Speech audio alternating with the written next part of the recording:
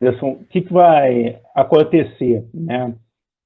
Não tem milagre, milagre só na época da ditadura militar, do milagre econômico, que a gente viu que não foi absolutamente nada disso. O que vai acontecer? Vai voltar, a gente volta a precisar do lastro na moeda. A moeda precisa ter o lastro dela. Ora, é inviável retirar a caderneta de poupança novamente, que foi um desastre total, deu tudo errado. E qual a forma de você dar lastro para a moeda? Senão ela vai voltar a desvalorizar igual sempre voltou. A forma é privatização. Né? O internauta aí falou a respeito da Companhia Vale do Rio Doce que ela vai ser privatizada já no governo Fernando Henrique. Não vai ser ainda a Vale é em 1997 que ela é privatizada já no governo Fernando Henrique, não é do Itamar não. Mas a gente vai chegar lá rapidinho. O que vai acontecer? Você vai precisar dar lastro. E como se dá lastro? Fazendo a privatização. Nesse caso, ainda em 93 vai ser privatizado a CSN, né, e logo depois você tem o plano que vai dar certo. O plano é lançado em 94, as eleições são em 94, as eleições para presidente, e ficou nítido que a imagem do Fernando Henrique era uma imagem muito forte. O plano dava certo, acabava com a economia. A estratégia contrário ao plano real, as estratégias dos outros políticos, se mostrou uma estratégia extremamente desastrosa, principalmente por parte do Lula, que na época, em 94, falou que o plano não ia dar certo, que aquilo ali era momentâneo, era só para eleger mesmo o Fernando Henrique. Depois, claro, o Lula voltou atrás com isso, e ele deu sequência ao plano real também no governo Lula, mas isso aí é outro momento. Mas o que vai acontecer? O Fernando Henrique ele ganha as eleições de 94 de lavada, ele consegue 54% dos votos, contra 27% do segundo colocado, que foi o Lula. Ele ganha em primeiro turno, não tem segundo turno. Fernando Henrique ele é eleito duas vezes, em 94 e 98, todas duas vezes no primeiro turno, sem segundo turno. E só um dado curioso, né, o Anderson ele tinha um dos fãs dele, era o doutor Enéas Carneiro. Nessa de 94, Anderson, Enéas Carneiro foi em terceiro lugar com 7% dos votos. Então, assim, já mostra ali a polaridade que estava o Brasil nesse período.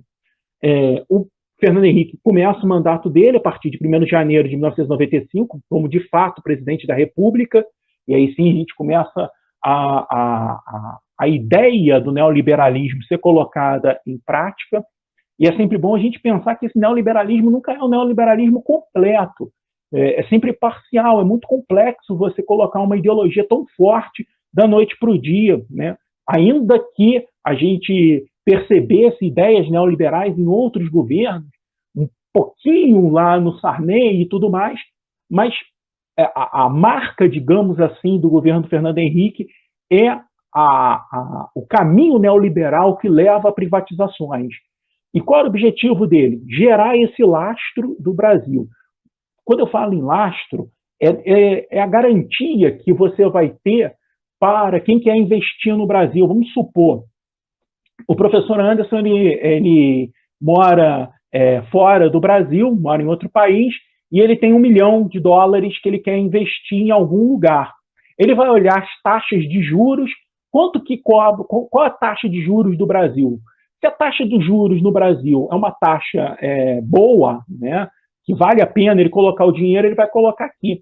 Mas o que o Anderson ele vai pensar basicamente? E é claro, gente, eu estou fazendo aqui uma explicação assim, muito, muito, muito simplista da coisa. Para o nosso foco aqui, que é o aluno do ensino médio, uma ideia simplista. É claro que se um economista for ver isso aqui, vai falar que é coisa mais complexa, e de fato é. Mas para a gente simplificar a coisa, o Anderson vai pegar $1 milhão dele e vai pensar o seguinte: eu vou aplicar no Brasil, ele tem uma taxa de juros que é interessante, mas qual é a garantia que uma vez eu colocando meu dinheiro lá, eu vou conseguir tirar ele depois? Qual é a garantia que eu tenho? Esse o lastro da moeda também serve para isso, para dar garantias a investidores externos e colocar o dinheiro aqui no Brasil. E quanto mais investimento no Brasil, no âmbito da teoria, você tem um acúmulo maior de capitais, circulação maior de capitais e, obviamente, estabilidade econômica. E é muito por conta disso que vai ser feito as diversas privatizações.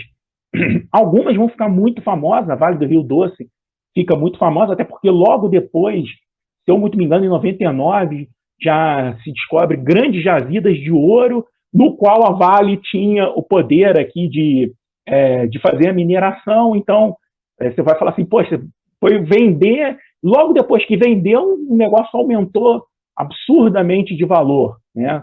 É claro que a gente desconfia, digamos assim, de determinadas coisas. Mas não foi só a Vale. Há algumas, para a gente que vive aqui no Rio de Janeiro, vão ser interessantes. No mesmo ano, o Banerj foi privatizado. Eu moro aqui em Quissamã, perto, relativamente perto aí do Anderson, em Rio das Ostras, né? Aqui em Quissamã, Anderson, você chegando aqui no centro da cidade, tem uma placa em cima com uma indicação do Banerj, para você saber onde que é o Banerj, né? O Banerj era um banco estadual. Os bancos estaduais, eles geravam uma série de problemas econômicos, macroeconômicos, digamos assim, porque eles não, ainda que eles fossem estaduais, eles emitiam muito crédito, e isso fazia com que os governos estaduais pegassem esse crédito e utilizassem essas especulações, dificultando enormemente a economia macro do país, macro que eu estou dizendo aqui é do país, tá? Macro do país, e a proposta era privatizar. Onde que era mais suscetível a privatização desses bancos? Em estados, governos estaduais que apoiavam, de certa forma, o PSDB, que foi o caso do Rio de Janeiro e São Paulo, que foram os primeiros ali a terem essa ideia de privatização. Ainda que em São Paulo se demorou um pouco mais para privatizar, só foi privatizado em 2000 o Banespa, mas ainda assim ele foi privatizado. E outra grande empresa que vai ser privatizada é a Light, aqui no Rio de Janeiro. Quem mora na cidade do Rio de Janeiro fala, mas a Light está aí até hoje, mas a Light está com o nome, mas antes ela era uma empresa estatal também.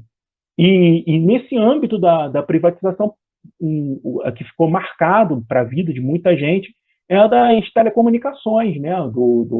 Da Embratel, da Telerge, e a possibilidade, com essas privatizações aí, de você ter mais acesso à tecnologia, ainda que não foi especificamente por conta da privatização que teve acesso à parte aí de telefonia, mas a gente precisaria talvez de mais uma aula inteira só para falar desses aspectos específicos. Fala aí, Anderson. Falando um pouquinho sobre privatização, deixa eu até tirar essa imagem aqui, só para o pessoal poder ver bem a gente. Tem um documentário muito interessante no YouTube. O nome dele vai dentro do que o Nohan está me questionando aqui. Poderia comentar mais sobre a questão da privatização e as mazelas que isso traz para a nação? Eu recomendo, o Nohan e todos os nossos amigos internautas, o documentário Distopia do Capital. Esse documentário tem aproximadamente 1h10 e tal. Lá ele mostra, ele troca em miúdos os efeitos da privatização em todo o Brasil. Então ele fala do sistema ferroviário, fala da Petrobras, que agora está voltando a ter o desmonte da companhia. Você tem as companhias telefônicas.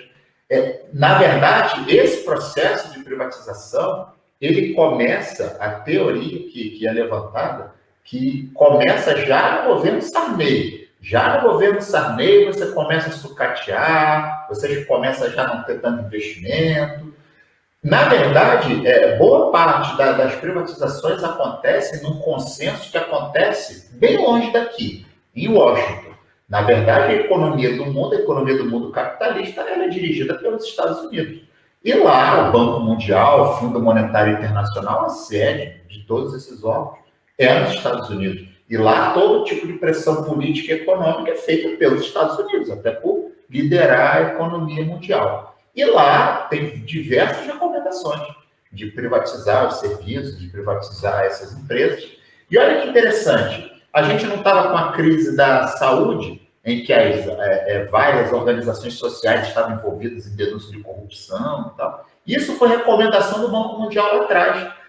Por que você precisa ter um médico concursado? Você contrata uma organização social, ela vai equipar o hospital, ela vai botar maca, vai comprar remédio e vai contratar os profissionais. E você vê que na crise aí do coronavírus, boa parte das denúncias de corrupção era em cima das próprias organizações sociais. Quer dizer, vender o peixe de que a organização social não teria corrupção, teria mais eficiência, e a gente viu no coronavírus que eles eram usados da mesma forma para desviar dinheiro, enfim. Então, Distopia do Capital. Recomendo a todos os internautas e seus seguidores que lá o camarada faz um painel totalmente detalhado da privatização. Você vê o sistema ferroviário, então, dá vontade de você pegar e se jogar na ponte, de tristeza. Que você vê o patrimônio nacional foi entregue para as empresas privadas com a intenção de dinamizar, e na verdade é só para ficar carregando minério de ferro para um lado para o outro, e transporte de passageiro não existe mais de trem, tem muito poucas linhas. Então lá a gente vai ver isso aí com muito mais detalhe.